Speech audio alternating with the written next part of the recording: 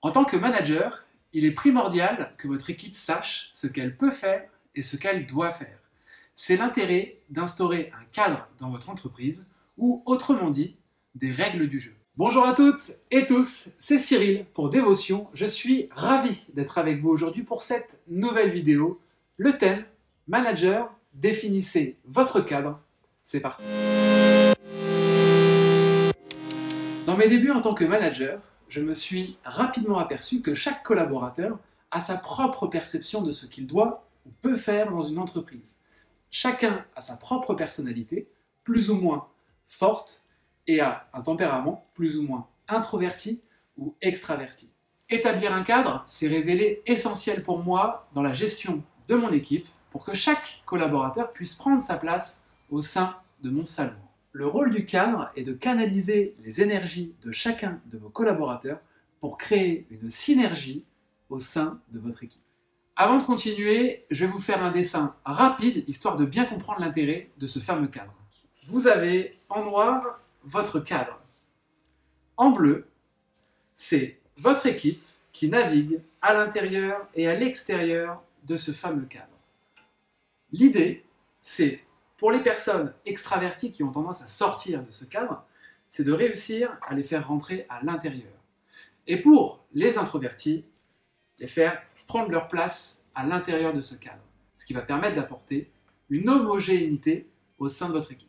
Les avantages du cadre sont nombreux. Comme je vous l'ai dit tout à l'heure, on parle de cadre, mais on peut aussi parler de règles du jeu qui peut être parfois beaucoup plus facile à utiliser avec son équipe. Les avantages sont que votre équipe va pouvoir se positionner à l'intérieur. Comme vous l'avez vu, les extravertis comme les introvertis vont pouvoir prendre leur place. Ensuite, ça va vous permettre de poser vos règles sur le papier afin de vous appuyer dessus pour manager votre équipe par la suite, que ce soit même lors de vos prochains recrutements. Le cadre permet également d'être plus équitable avec l'ensemble de vos collaborateurs et limite les sentiments d'injustice. L'aspect négatif du cadre, c'est que certains collaborateurs peuvent l'associer à quelque chose de restrictif. Autrement dit, je ne veux pas rentrer dans un moule. Sachez que, comme dans tout jeu de société, il y a des règles et que ces règles n'empêchent pas de gagner et d'avoir son propre style.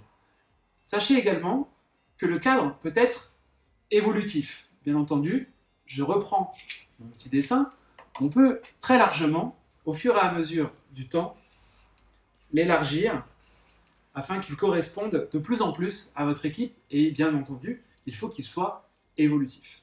Le contenu de votre cadre peut être composé de plusieurs chapitres. Je vais vous en énumérer quelques-uns en guise d'exemple. Le premier chapitre peut concerner vos collaborateurs. Par exemple, un dress code ou des gestes quotidiens en arrivant dans le salon ou tout simplement en repartant. Le deuxième chapitre peut être lié à votre salon, ça peut être l'organisation du retail par exemple, ou des rituels d'entretien à l'intérieur.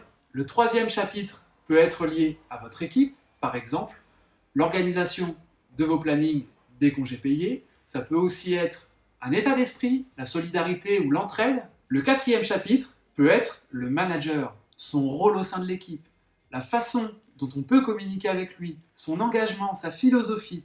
En cinquième chapitre, vous pouvez également mettre les valeurs de l'entreprise, la satisfaction client, par exemple. Bien entendu, un grand nombre de chapitres peuvent être ajoutés et vous pouvez détailler au maximum vos souhaits et vos attentes. Comme je l'énonçais au début de cette vidéo, bien sûr, le cadre peut et doit être évolutif. C'est très important. Chaque année, il doit être revu et évolué en fonction des attentes des clients, du tempérament des collaborateurs et de votre équipe.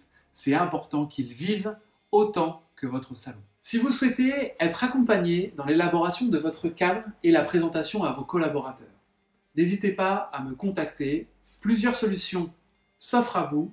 J'utilise le présentiel, où je me déplace dans votre salon, et le distanciel, où on peut travailler en visioconférence. Pour me contacter, c'est très simple. Instagram, Facebook, mon site internet, les commentaires, tous les moyens s'offrent à vous, à votre disposition. Je vous remercie, j'espère que cette vidéo vous a plu. Je vous invite à me suivre sur les réseaux, Instagram, Facebook, à vous abonner à la chaîne, mettre un pouce bleu, partager au maximum. Je vous dis à très bientôt. Merci beaucoup.